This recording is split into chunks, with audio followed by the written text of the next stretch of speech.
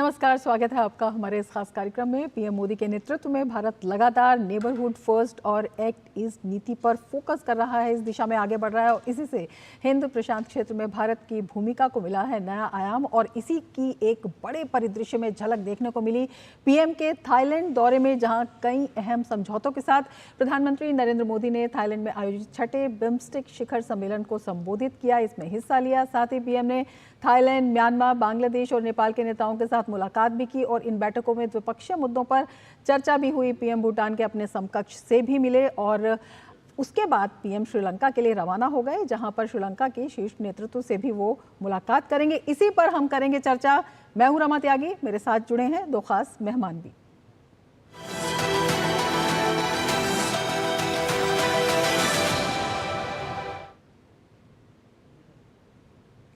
और चर्चा में सबसे पहले बात कर लेते हैं हम थाईलैंड की, जहां पर कई अहम समझौतों के साथ बिम्स्टेक में भी कई अहम प्रस्ताव जो हैं भारत ने रखे। देखते हैं ये खास रिपोर्ट। प्रधानमंत्री नरेंद्र मोदी ने बहुक्षेत्रीय तकनीकी और आर्थिक सहयोग के लिए बंगाल की खाड़ी पहल यानी बिम्स्टेक समूह को नई गति प्रदान करने के उद्देश्य से भारत के यूपीआई को इसके सदस्य देशों की भुगतान प्रणालियों से जोड़ने का प्रस्ताव रखा। इस कदम से क्षेत्र में व्यापार, कारोबार और पर्यटन को बढ़ावा मिल सकता है। बैंकॉक में छठे बिम्स्टेक शिखर सम्मेलन को संबोधित करते हुए प्रधानमंत्री ने बिम्स्टेक चैम्बर ऑफ कॉमर्स की स्थापना करने, वार्षिक व्यापार शिखर सम्मेलन आयोजित करने और क्षेत्र के भीतर स्थानीय मुद्राओं में व्यापार को बढ़ावा देने की संभावनाओं पर विचार करने का भी प्रस्ताव रखा। Prime Minister, together with other leaders from the region, attended the 6th BIMSTEC summit. He called upon the leaders to look to contribute towards expanding the agenda and the capacity of BIMSTEC for the progress and prosperity of the people of the region. He announced a 21-point action plan to add new vibrancy and vigour to BIMSTEC. प्रधानमंत्री नरेंद्र मोदी ने 28 मार्च को आए विनाशकारी भूकंप में Myanmar और Thailand में हुई जान माल की हानि पर अपनी संवेदना व्यक्त की। उन्होंने आपदा के प्रबंधन के लिए भारत में बिम्स्टेक उत्कृष्टता केंद्र की स्थापना का भी प्रस्ताव रखा। बिम्स्टेक शिखर सम्मेलन में बंगाल की खाड़ी क्षेत्र में समृद्धि, सुरक्षा और समावेशिता के लिए साझा प्रतिबद्धता को साकार करने के लिए बैंकॉक विजन 2030 को अपनाया। प्रधानमंत्री ने कहा कि बिम्स्टेक दक्षिण एशिया और दक्षिण पूर्व एशिया को जोड़ने वाले सेतु के रूप में काम करता है। ये क्षेत्रीय संपर्क, सहयोग और समृद्धि के नए रास्ते खोलने के लिए एक प्रभावी मंच के रूप में उभर रहा है। उन्होंने बिम्स्टेक समूह के दायरे और क्षमताओं को लगातार बढ़ाने की आवश्यकता पर जोर दिया। गृह मंत्रियों के तंत्र को संस्थागत बनाने का स्वागत किया और भारत में पहली बैठक आयोजित करने की पेशकश की। प्रधानमंत्री ने ये भी कहा कि ये मंच साइबर अपराध, साइबर सुरक्षा खतरों, आतंकवाद और नशीली दवाओं के साथ मानव तस्करी के खिलाफ लड़ाई में महत्वपूर्ण भूमिका निभा सकता है। इस संबंध में उन्होंने इस वर्ष इसकी पहली बैठक भारत में आयोजित करने का प्रस्ताव रखा। प्रधानमंत्री ने बिम्स्टेक चैम्बर ऑफ कॉमर्स की स्थापना और हर वर्ष बिम्स्टेक बिजनेस समिट आयोजित करने का प्रस्ताव रखा। पीएम मोदी ने कहा कि मुक्त, खुला, संरक्षित और सुरक्षित हिंद महासागर हमारी साझा प्राथमिकता है। उन्होंने कहा कि जिस समुद्री परिवहन समझौते पर हस्ताक्षर किए गए, ये व्यापारिक, नौवाहन और माल परिवहन में सहयोग को मजबूत करेगा और व्यापार को गति देगा। उन्होंने भारत में एक सतत समुद्री परिवहन केंद्र स्थापित करने का भी प्रस्ताव रखा। एकजुटता, समानता और सहयोग की भावना के साथ संपन्न हुआ छठा बिम्स्टेक सम्मेलन, जहां प्रधानमंत्री ने समावेशिता का एक बड़ा परिप्रेक्ष्य बिम्स्टेक देशों के सामने रखा। और ये बिम्स्टेक जो देश हैं जिन्होंने बैंकॉक विजन 2030 को अपनाया, ये आने वाले समय में सामरिक, आर्थिक, रणनीतिक, युगांतकारी और क्रांतिकारी अध्याय लिखने के लिए तैयार हैं। कैमरा पर्सन थिंथल के साथ Aanchal Gulati Gumber, Bangkok, Thailand, DD news के लिए। तो अपने आप में अहम प्रधानमंत्री की यात्रा, इसी पर हम चर्चा करेंगे। मेरे साथ दो खास मेहमान इस वक्त जुड़े हुए हैं। अपने मेहमानों का मैं परिचय करा देती हूँ। अमृत लोगन जी हमारे साथ जुड़े हुए हैं, फॉर्मर सीनियर डिप्लोमेट हैं, और हमारे साथ अतुल अनेजा जी भी जुड़े हुए हैं, विदेशी मामलों के एक्सपर्ट हैं। अपने दोनों ही मेहमानों का हम स्वागत करते हैं। अमृत जी, सबसे पहले आपसे समझना चाहते हैं प्रधानमंत्री की ये यात्रा, जहाँ पर थाईलैंड के साथ जो लगातार साझेदारी चल रही थी, हमारी सांस्कृतिक साझेदारी, आध्यात्मिक साझेदारी, व्यापारिक साझेदारी, और अब वो स्ट्रेटेजिक पार्टनरशिप में भी तब्दील हुई। और उसके साथ ही बिम्स्टेक में प्रधानमंत्री ने जिस तरह से प्रस्ताव रखे, कृषि से लेकर स्पेस तक, मैरीटाइम सिक्योरिटी से लेकर द्विपक्षीय समझौतों तक, किस तरह से इसे देखते हैं? जी, ये बहुत अहम ये शिखर सम्मेलन था, क्योंकि अभी तो एक प्राकृतिक विपदा भी आई थी अभी बैंकॉक में, और इंडिया थाईलैंड के बीच हमारा व्यापार भी काफ़ी बड़ा है। हमारा फ्री ट्रेड एग्रीमेंट जो है बायलैटरल चल रहा है। और बिम्स्टेक में बात करने से एक और है कि जो 5-7 सदस्य में से जो 5 सदस्य बिम्स्टेक में हैं, वो सार्क में भी उसके सदस्य रहे हैं मतलब।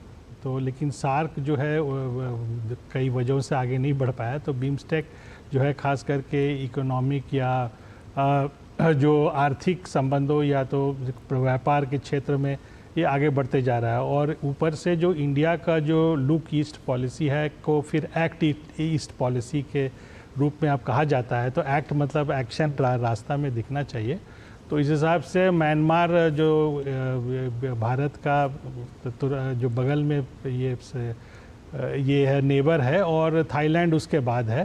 तो ये हमारे लिए बहुत अहम रखता है उसके आगे बढ़ने के लिए, जहाँ पर कि जो वियतनाम, कंबोडिया और अन्य देश हैं जो कि आसियान के भी सदस्य हैं। तो जब उसमें थाईलैंड और म्यांमार, खास करके थाईलैंड जो कि एक बहुत बड़ा देश है, सिर्फ आर्थिक रूप से ही नहीं बल्कि जनसंख्या के रूप से साउथ ईस्ट एशिया में, तो उस हिसाब से उनसे संबंध बढ़ाना बहुत ही लाभदायक होगा दोनों की ओर से। और इनका जो बेस है, इनका जो आधार है, वो सांस्कृतिक भी है। जैसे कि जो पुराने सभ्यता को हम देखें तो थाईलैंड और भारत और उस तरह से म्यांमार का भी हमारा सांस्कृतिक आदान प्रदान बहुत ये गढ़ रहा है, बहुत संबंध बहुत समृद्ध रहा है। और इसका उदाहरण है कि जो थाईलैंड में प्रधानमंत्री के स्वागत में उन्होंने कार्यक्रम भी खास किए जो रामायण से जो संबंधित वगैरह है, और बहुत गर्मजोशी से उनका स्वागत किया गया।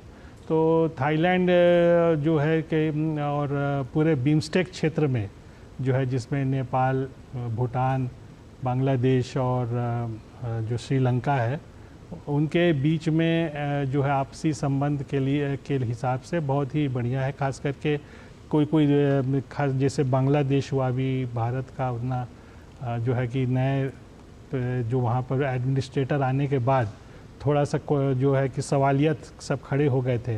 लेकिन जैसे कि हमने देखा कि ये समिट में दोनों प्रधानमंत्री जी और मोहम्मद यूनुस का भेंट हुआ, तो ये सब जो खबरों में लगता है कि बीच में टेंशन वगैरह हो रहा है, तो इसको सुलझाने में कई इसमें मददगार साबित हुआ है। और जो 21 पक्षीय जो पॉइंट्स प्रधानमंत्री ने रखा है आगे बढ़ाने के लिए, ये काफ़ी अहम जो है कि बिम्स्टेक को आगे बढ़ाने में मदद करेगा, बिल्कुल दिशा देता हुआ दिखाई देता है जी। अतुल अनेजा जी, आपसे समझना चाहेंगे सार्क की असफलता, उसके बाद बिम्स्टेक से उम्मीदें। हालांकि 1997 में ये स्टार्ट हुआ था, लेकिन इसमें जो नई गति आई वो आई 2016 के बाद, जब प्रधानमंत्री नरेंद्र मोदी ने कई इनिशिएटिव लिए, गोवा में रिट्रीट हो, उसके बाद 2022 में, तो लगातार जो है एक श्रृंखला चली। तो बिम्स्टेक को पुनर्जीवित करने में प्रधानमंत्री नरेंद्र मोदी का योगदान, और अब उसे आगे बढ़ाने में, जिस तरह से अमृत जी बता रहे थे, एक नई दिशा देते हुए प्रधानमंत्री मोदी के नेतृत्व में भारत का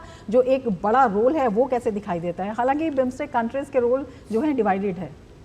रमा जी, ये प्रधानमंत्री ने एक नई ऊर्जा दी है बिम्स्टेक को, और एक तरह से भारत की जो नेबरहुड फर्स्ट पॉलिसी है और जो एक्ट ईस्ट पॉलिसी है, इसमें वर्ड एक्ट बड़ा इंपॉर्टेंट है कि इसको नई एक प्रैक्टिकल एक तरह से पार्टनरशिप के रूप में देखना चाहिए कि सिर्फ लुक ईस्ट नहीं है, उसके साथ में काम करना है और एक तरह से कॉन्क्रीट स्टेप्स लेने हैं। तो एक तरह से कंसेप्चुअल चेंज आया था एक दृष्टिकोण में एक्ट ईस्ट पॉलिसी से। उसके साथ साथ नेबरहुड पॉलिसी और बे ऑफ बंगाल कम्युनिटी जो है, इसमें मुझे लग रहा है कि ओवरलैप आ रहा है कि दोनों जुड़ रही हैं और भारत की ये इसलिए जुड़ रही है क्योंकि भारत की सोच बदल रही है।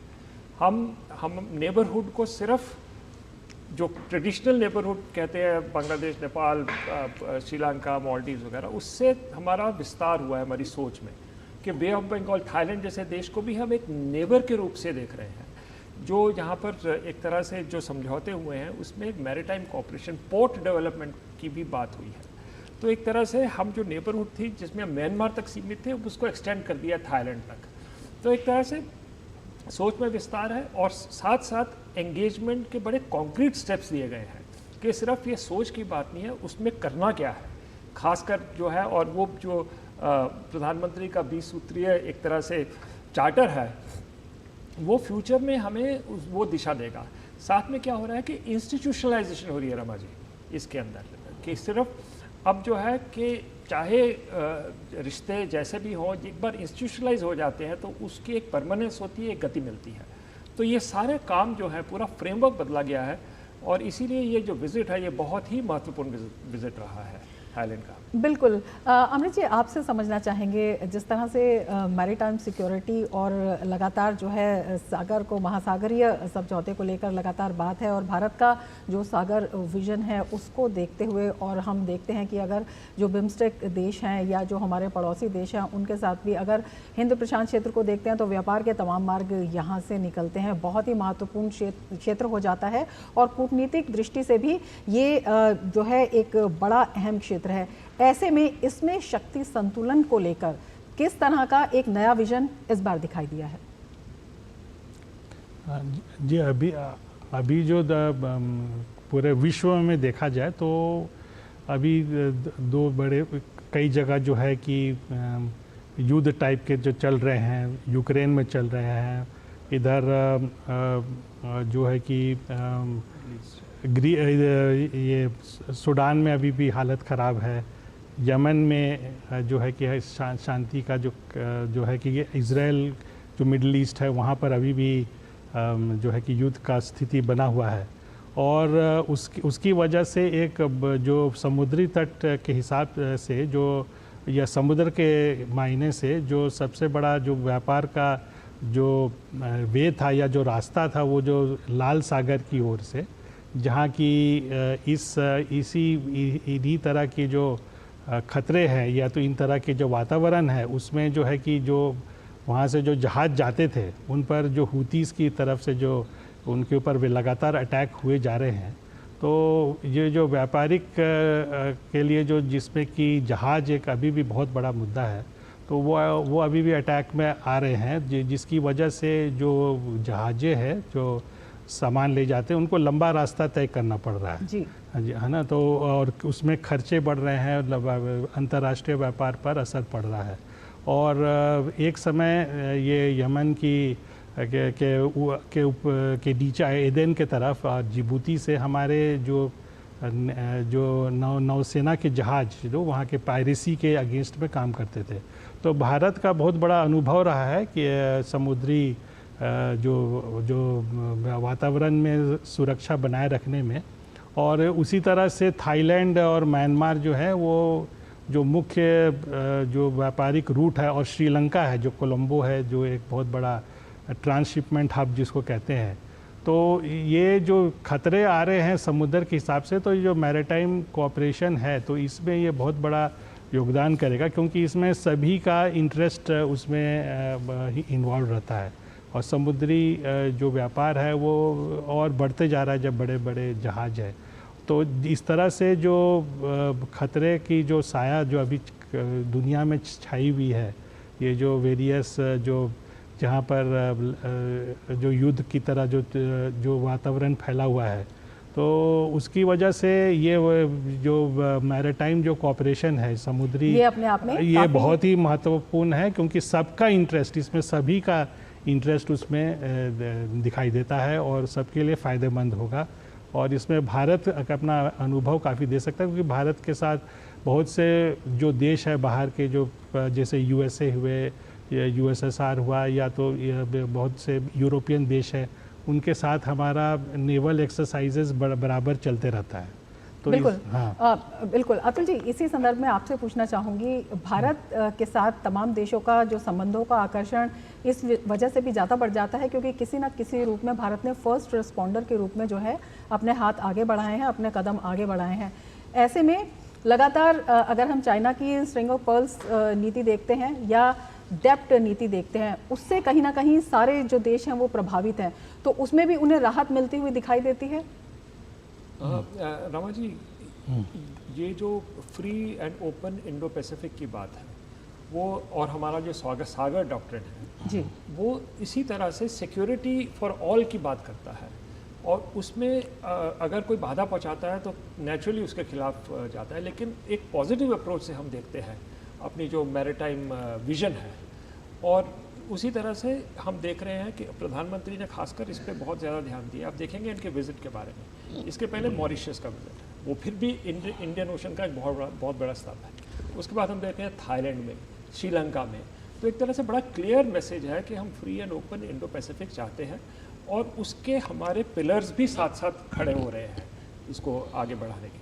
बिल्कुल। इस पे एक बड़ा सवाल ये भी आ जाता है कि बिम्स्टेक के जो तमाम देश हैं उनका जो मजबूत होना है वर्तमान परिप्रेक्ष्य में वो क्यों है, क्यों इस संगठन को और भी ज़्यादा मजबूती के साथ आना चाहिए और तमाम जो अंतर्विरोध भी हैं कई देशों में अपने, उनसे आगे निकलना चाहिए।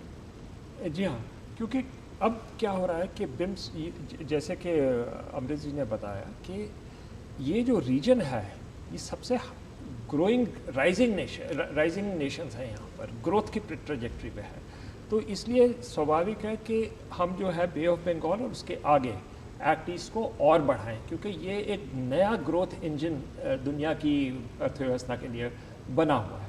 दूसरी बात, अगर हमारा अपना विजन देखें कि हम कहते हैं कि राइज ऑफ एशिया, अगर हम राइज ऑफ एशिया देखें तो हम कैसे राइज ऑफ एशिया, एक तो आर्थिक राइज होगा, उसके बाद जो है सामरिक राइज होगा, तो उसी दिशा में एक बड़े विजन के साथ हम आगे बढ़ रहे हैं। और ये बहुत ज़रूरी है कि हम, अगर हम जोग्राफिकली देखें तो हम देख सकते हैं कि सुएज कैनाल एक तरफ और स्ट्रेट ऑफ मलाक्का दूसरी तरफ, और बीच में जो एरिया है उसमें हम एक प्राइम फर्स्ट रिस्पॉन्डर की आपने बात की, बात उसके आगे जैसे जैसे हमारी नेवल शक्ति बढ़ती है तो हम नेट सिक्योरिटी प्रोवाइडर की तरफ से जा सकते हैं। और उसके साथ साथ ये नहीं है कि ये इंडियन ओशन भारत का ओशन हो गया, लेकिन हम एक तरह से हमारी स्तंभित रहेंगे और बहुत बड़ी भूमिका रहेगी, और हम और देशों के साथ भी, लाइक माइंडेड देशों के साथ भी जुड़ेंगे, ताकि इस पूरे जो मैरीटाइम जोन है, जो ट्रेड, जहाँ से ट्रेड आर्टरीज जा रही हैं और जिसकी वजह से प्रॉस्पेरिटी आगे बढ़ रही है, वो एक तरह से बिल्कुल नियमित रहे और उसके अंदर किसी तरह की बाधा ना पड़े। तो ये एक पॉजिटिव रोल है। साथ साथ एक और रोल भारत जो कर रहा है वो है ग्लोबल साउथ की एंगेजमेंट भी इसके साथ जुड़ रही है, क्योंकि हम देखते हैं श्रीलंका के साथ या मॉरिशस के साथ, ये ग्लोबल साउथ के देश है, और G20 में प्रधानमंत्री ने कहा था कि हम एक ब्रिज बनेंगे ग्लोबल नॉर्थ और ग्लोबल साउथ के साथ। तो एक तीसरा डॉक्ट्रिन भी साथ साथ जो है वो सामने हम प्रमाणित कर रहे हैं। और ये विजिट जो हुए हैं, थाईलैंड का विजिट, श्रीलंका का जो होने वाला है, मॉरिशस का विजिट, इसी विजन को, एक बड़े विजन को, क्योंकि हम कह रहे हैं कि मल्टीपोलर वर्ल्ड में एक बड़ा पोल है इंडिया, तो उसको पोल कैसे हम आगे बढ़ रहे हैं वो दर्शा रहे हैं, और जिसको कहते हैं वॉकिंग द टॉक, वो इस टाइम पे प्रधानमंत्री कर रहे हैं। बिल्कुल बेहद अहम है और इसी पर हम चर्चा जारी रखेंगे, लेकिन उससे पहले ले लेते हैं एक ब्रेक। आप बने रहिए DD न्यूज़ के साथ।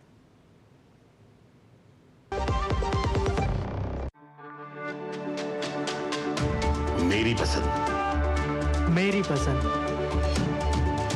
मेरी पसंद, मेरी पसंद, हमारी पसंद, हम सबकी पसंद। मजबूत देश का मजबूत सरिया हो गया स्टील।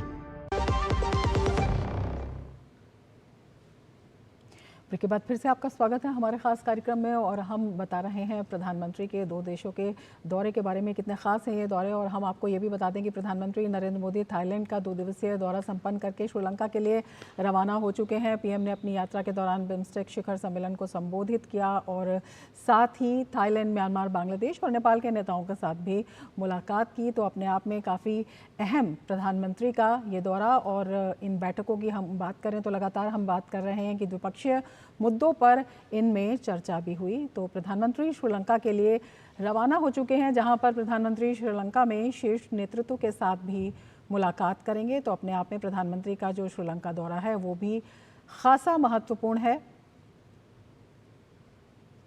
और आइए देख लेते हैं ये खास रिपोर्ट कि ये क्यों महत्वपूर्ण है।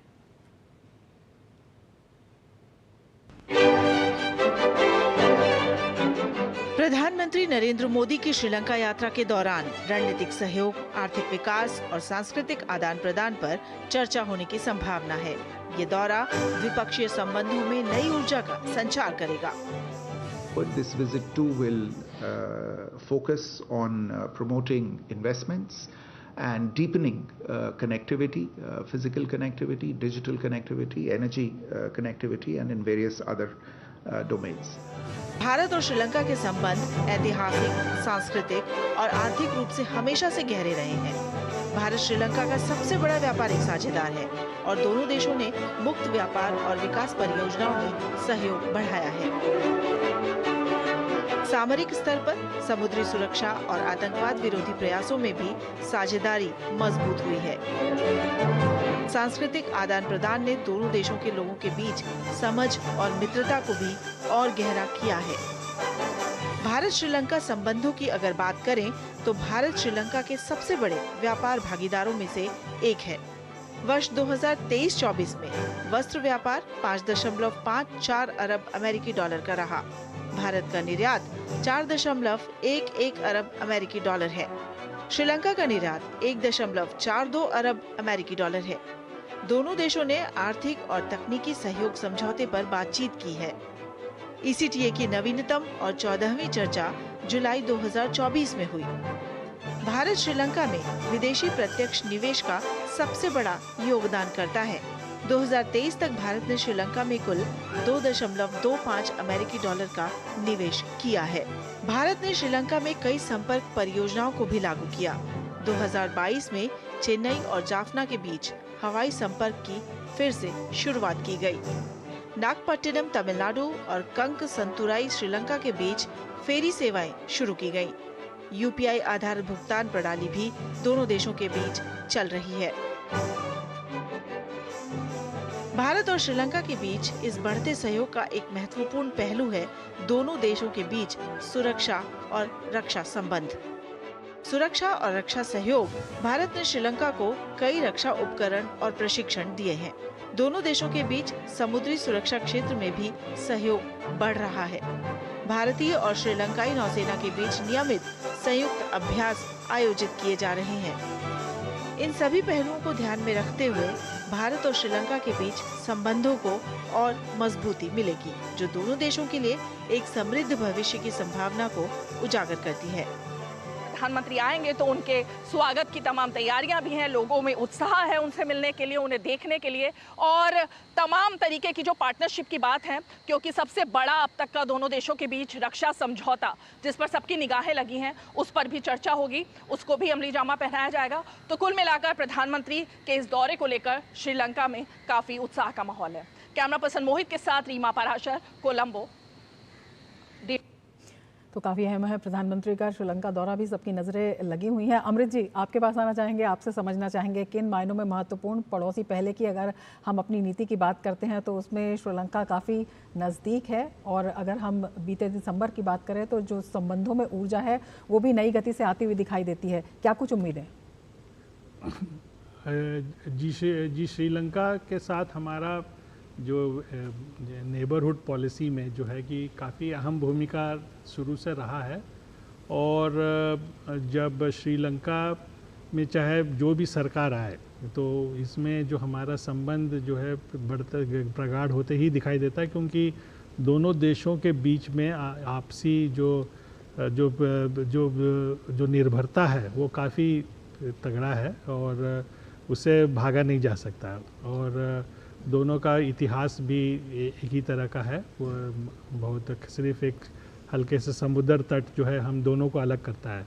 और जब पिछले वर्ष जब श्रीलंका में जो राष्ट्रपति चुनाव हुआ था और उसमें जो अभी के राष्ट्रपति मिस्टर दसन नायक के चुन के आए थे, तो बहुत लोगों का ये आकलन था कि ये जो है ये इस पार्टी से आए हैं जो कि भारत विरोधी जो तत्व है उनके सपोर्ट से आए या उनका चुनाव जो कैंपेन है उसमें उस वजह से वो जीते हैं।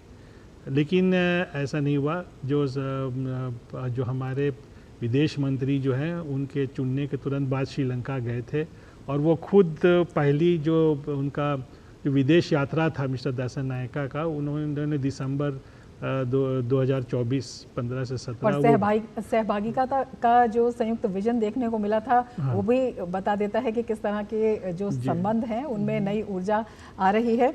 अतुल जी, आपसे समझना चाहेंगे, बहुत महत्वपूर्ण मुद्दे हैं इनमें, जो रक्षा सुरक्षा संबंधी मुद्दे हैं उन पर चर्चा हो रही है, जो सांस्कृतिक मजबूती है वो तो है ही, और तमिल मुद्दों पर भी कुछ बात हो सकती है। देखिए, जो तमिल मुद्दों की बात है वो ऑलरेडी हमारी बातचीत चल रही है जी। अब जब हम कनेक्टिविटी की बात करते हैं, जो फेरी सर्विस है वो बेसिकली तमिलनाडु और जाफना वाला जो नॉर्दर्न श्रीलंका वाला एरिया उसको जोड़ रहे हैं, तो एक तरह से वो एक साइकिल ऑलरेडी चल रहा है। दूसरी बात आ रही है, अगर हम रक्षा या सामरिक तरीके से, तो मेरी नज़र फ्रैंकली ट्रिंकोमाली की तरफ होगी, क्योंकि हम देख रहे हैं कि पहले जो सरकार थी श्रीलंका की, राजापक्सा की सरकार, उस सरकार ने एक चाइना के साथ डील की थी हम्बनटोटा पोर्ट जी। तो मुझे लगता है कि हम्बनटोटा पोर्ट का एक तरह से इम्बैलेंस हो गया था श्रीलंका में रिलेशनशिप, उसको बैलेंस की ज़रूरत है। क्या वो त्रिंकोमाली की तरफ से आएगा बैलेंस, वो हमें देखना है, क्योंकि इस क्षेत्र की सबसे बड़ी नेचुरल हार्बर है वो त्रिंकोमाली है। दूसरा जो है कि वहाँ पर हमने ऑलरेडी इंडियन ऑयल ने अपने रिजर्व्स वहाँ पर सेट कर दिए हैं त्रिंकोमाली के अंदर जी।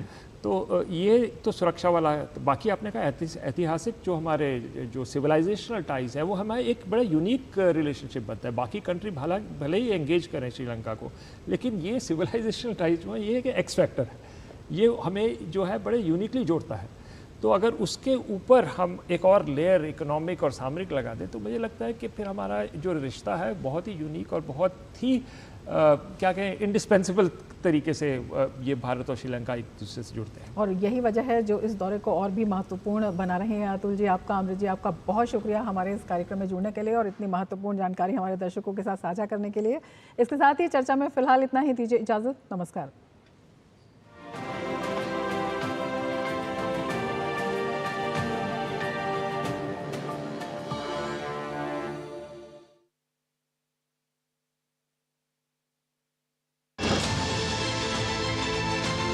वक्फ संशोधन विधेयक पास, राजनीति फेल। प्रस्ताव स्वीकृत्वा यथा संशोधित पालित्वा। Bill is passed. वक्फ कानून में बदलावों पर कौन सही, सरकार की नीति या विपक्ष की राजनीति? क्या कहते हैं मुस्लिम विद्वान और मौलाना? देखिए आज 2 टूक में रात 9:30 बजे से 10:30 बजे तक, सिर्फ डीडी न्यूज पर।